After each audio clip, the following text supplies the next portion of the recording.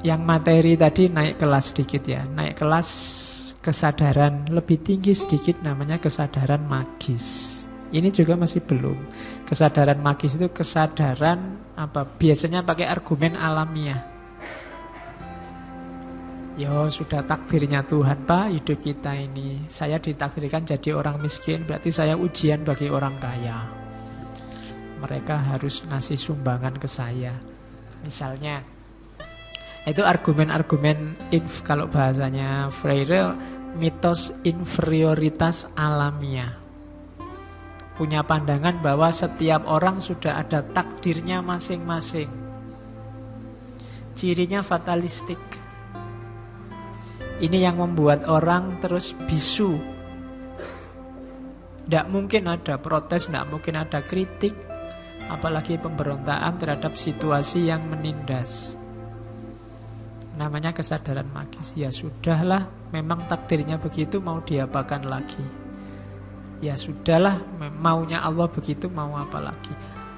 Nah, jadi kesadaran ini kesadaran yang fatalistik. Katanya Freire, mereka mengetahui bahwa mereka melakukan sesuatu, tapi yang tidak diketahui adalah tindakan untuk mengubah. Mereka ini kayak robot. Biasanya begitu ya begitu Pak. Sudah alaminya begitu ya. Kayak tadi kita ini orang kecil, kita ini tidak tahu apa-apa.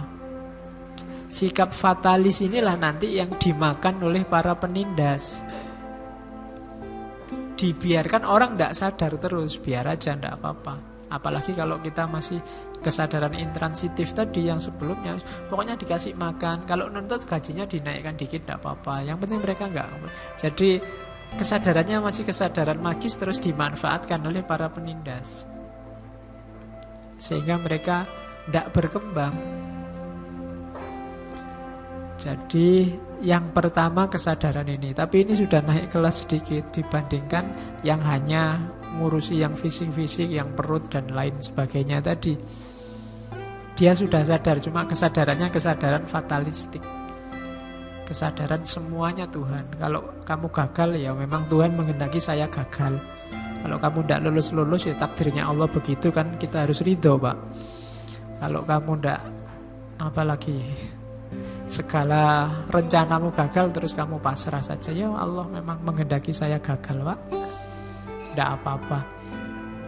Disuruh berjuang tidak mau. Ngapain berjuang capek-capek? Kalau takdirnya Allah kita sukses ya sukses. Nah ini kesadarannya masih kesadaran magis. Jadi kesadaran level paling bawah. Tidak akan ada perubahan kalau kesadaran kita masih kesadaran magis. Banyak orang tanya ke saya, lupa tapi hidup itu kan memang semua ditentukan oleh Allah. Ya, kalau melihatnya dari sisi Allah. Kalau melihatnya dari sisi manusia ya kita ini disuruh berusaha. Kalau dari sisi Allah modenya memang Jabariyah, Allah tahu semua, merancang semua. Cuma kan pengetahuannya Allah, rancangannya Allah, yang tahu hanya Allah. Kita tidak tahu. Untuk posisi kita disuruh berusaha, disuruh ikhtiar. Saya sering mengilustrasikan antara sunnatullah sama qudratullah. Secara sunnatullah ini yang harus kita pedomani. Hidup ada rumusnya. Kalau kamu malas ya gagal. Kalau kamu diam saja ya situasi tidak berubah. Ini kan sunnatullah. Pedoman kita harus ini. Bahwa Allah punya rancangan, iya pasti. Tapi kan kita tidak tahu rancangannya. Tugas kita berjuang semaksimal mungkin. Hasilnya apa? Baru itu urusannya Allah. Jadi kesadaran magis ini dibalik, yang Jabariyah tadi dibawa ke dunia. Akhirnya pasrah.